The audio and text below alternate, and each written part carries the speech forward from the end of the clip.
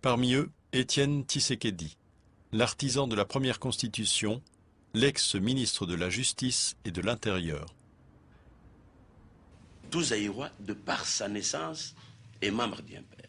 Or, comme dans un parti, il y a ce qu'on appelle le règlement intérieur qui entraîne la discipline du parti.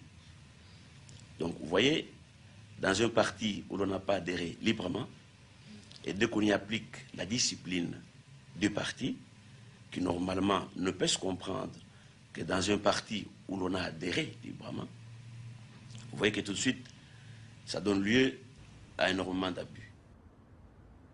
Tshisekedi et les parlementaires dissidents ont osé élever la voix. Ils sont rapidement arrêtés pour outrage au chef de l'État et condamnés à 15 ans de servitude pénale. L'opposition d'abord, selon vous, c'est quoi? Ne me dites pas, est-ce que les aigris ont un certain droit aux Zaïre? Je vous dirai oui. Les aigris, ça existe dans mon pays.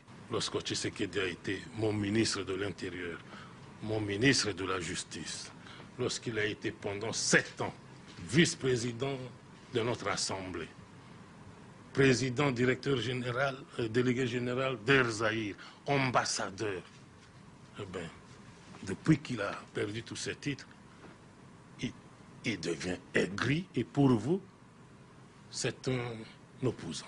Les 13 parlementaires sont bel et bien en prison, gardés militairement, avec interdiction formelle de visite. Leur statut maintenant, c'est ce que les juristes appellent une mort civile en quelque sorte. Je crois que c'est ça. C'est à eux à se conduire pendant cette période convenablement, un point c'est tout. Et ce même Mobutu qu'on chantait hier, avant-hier, on le traîne dans la boue. Ne confondez pas les choses. Mais est-ce qu'ils doivent chanter encore alors vive Mobutu? Comment? Je n'ai pas besoin de cela. Croyez-moi, je n'en ai pas besoin. J'ai besoin de 27 millions de citoyennes et de citoyens que je dirige. Eh bien, les quelques aigris là, comme on le chante chez vous, les chiens aboient, la caravane passe. Et c'est une caravane de 27 millions d'habitants. En République du Zaïre, on s'exprime librement et clairement. Et dans la discipline du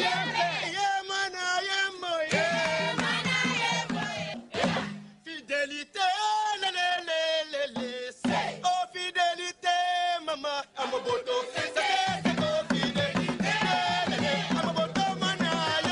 Sa popularité était restée intacte. En juillet dernier, ils étaient des centaines de milliers à l'accueillir à son retour au pays.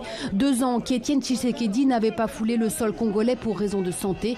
Et l'éternel opposant, affaibli, malade, mobilise et réveille toujours les Congolais. Car Étienne Tshisekedi est à lui seul un témoin, un acteur de la vie politique depuis les années 60. Premier docteur en droit du pays, Étienne Tshisekedi entame sa carrière politique aux côtés de Mobutu. Il est alors un pilier du régime dictatorial qui sévit au Zaïre. Mais les relations se dégradent, la rupture intervient en 1980. Tshisekedi dénonce les dérives du régime. Il prend part à la fondation du parti UDPS. 1982, ce sera la prison. Sa stature d'opposant, il l'acquiert dans les années 90. Ses adversaires, Kabila père d'abord, puis Kabila fils, jusqu'à aujourd'hui. Les régimes, les gouvernements se succèdent, mais entêté, lui ne flanche pas, il boycotte. Ainsi, en 2006, il refuse de participer aux premières élections libres du pays. En 2011, changement de stratégie, il représente l'opposition au scrutin présidentiel, un scrutin entaché d'irrégularité. Alors, lors d'une cérémonie, il se proclame président élu. En vain, une fois de plus, le clan Kabila s'impose. Pour les Congolais, sa ténacité aura fait de lui un leader, un homme fort et redouté. Nous sommes une génération qui lutte pour l'alternance. Nos grands-parents ont lutté pour obtenir l'indépendance, ils l'ont eu. Le président Étienne Tshisekedi qui vient de nous quitter a sacrifié toute sa vie pour lutter pour l'instauration de la démocratie dans ce pays. Le sphinx est donc éteint. Pour ses partisans, un mythe est mort, mais le chemin tracé est encore long. Après avoir longtemps hésité à participer au dialogue national, Étienne Tshisekedi avait finalement accepté. Il devait prendre la tête du conseil de suivi de l'accord politique de décembre, trait d'union entre l'opposition et la majorité présidentielle. Mais le vieux, comme les Congolais l'appelaient, n'aura pas eu le temps.